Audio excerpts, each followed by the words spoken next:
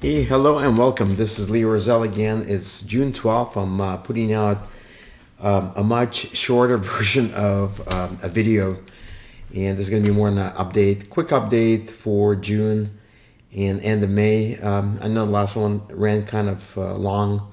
Sometimes I have way too much to say. Like I said, a lot of people just don't have the time. So I'm going to keep this kind of really short to the point. Again, welcome back. If it's the first time you guys watching me, like I said, I've been helping Santa Fe Hills for probably the last 15 years or so. Most people know me. They know what they deliver and know what I provide for the client. So anyway, the newsletter is out already. It is going to be, I think, delivered tomorrow. So I'm covering mortgage rates, local market, and something that's been coming up a lot. A lot of people waiting to make the move, and they're waiting for rates to go down.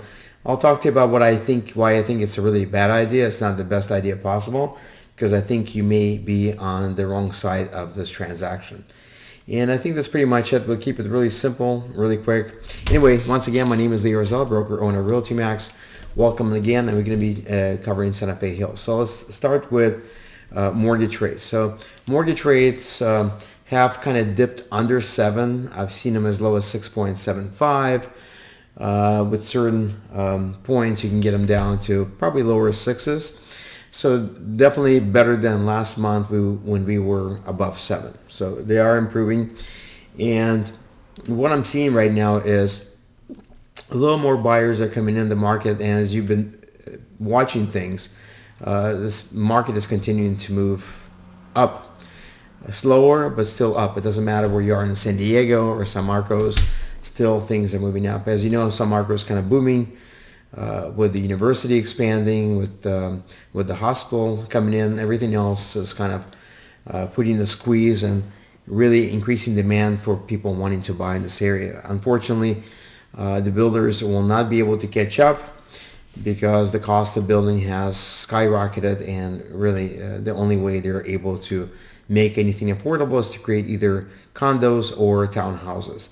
That's the only affordable option. Everything else just takes too much money and too much time and too much red tape. So by the time they're all said and done, they cannot make anything under probably a million, 1.2 and sell it. It just doesn't make sense for them as far as margin goes. So like I said, the mortgage rates have dipped. Local market is doing great. And I want to kind of touch base on something that I run into a lot. A lot of sellers, they do want to sell, they want to move, but they really are sitting on a very low interest rate right now. And what they're hoping for is they're waiting for the rates to come down. So look, on a paper or just from the first thought, it seems like a great idea, right? You don't want to give up your low interest rate. I get that. I have low rates as well. But if you need to move, if you need to downsize, if you have too much of a house, or you have too small of a house and need a bigger home and you actually have the income to be able to support that, I would argue in favor of you doing it now versus later. Because if you think about it, what do you think will happen when the rates come down, right? Let's say the rates go down to 4%. What do you think is going to happen to the market? Right? I mean, do you think it's going to go down, go up? I mean, from my perspective, it's only going to go up because the market's actually fairly quick moving and things are still moving up. When the rates come down, you have more buyers coming back in. Demand's going to increase. We still have a limited supply, and that's going to put more pressure on the housing market. And it's probably going to take it back to 2022 time when you had 20, 30 offers on each house. Now, if you're selling your house, right, the good thing is your home price will go up. At the same time, if you're buying something else, you're going to be buying it contingent, meaning you're going to buy the property contingent on your home closing, right?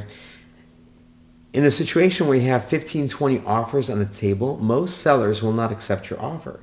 So you're going to have a leg down compared to other buyers who are buying, ready to buy, not cash, but have a loan in place, have nothing to sell, no contingencies.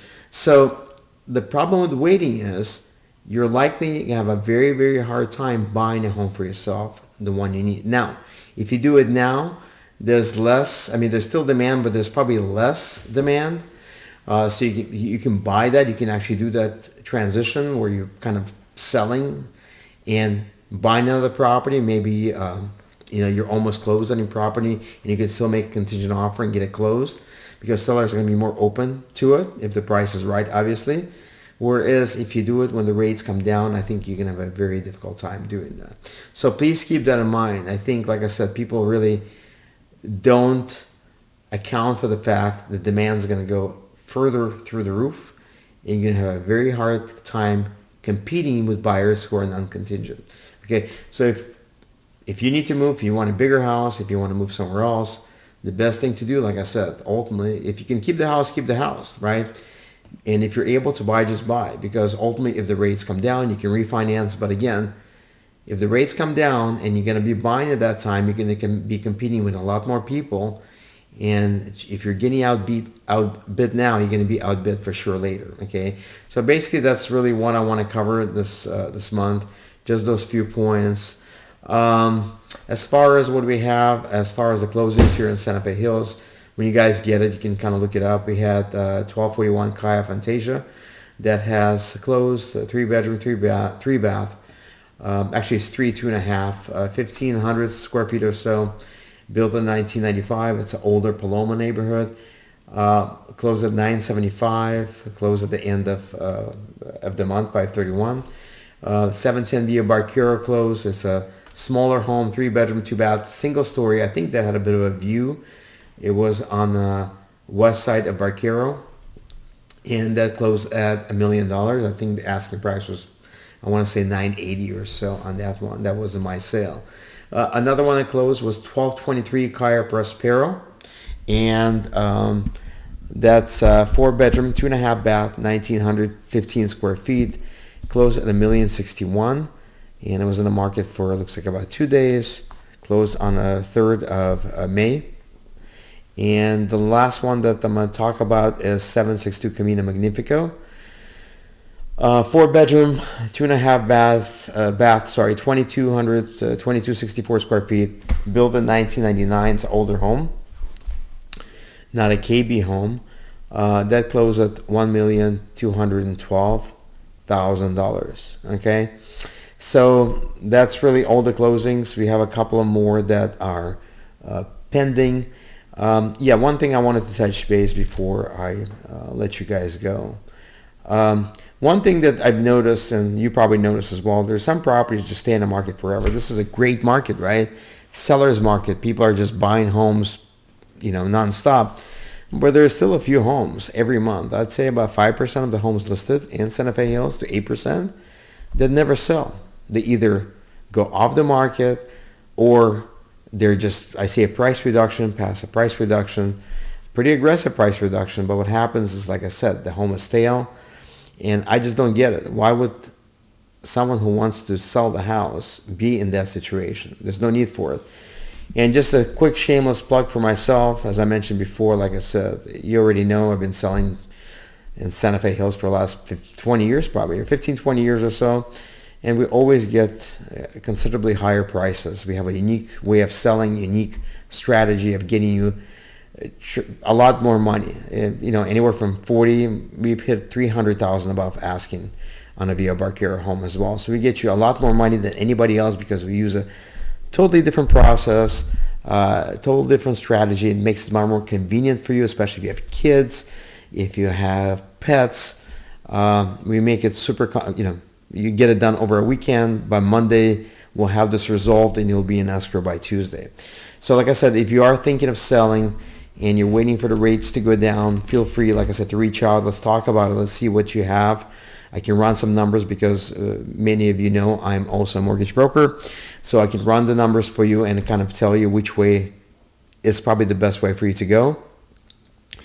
And ultimately, like I said, if you are going to sell, if you know someone that's going to sell and you want to recommend me, I would really appreciate it.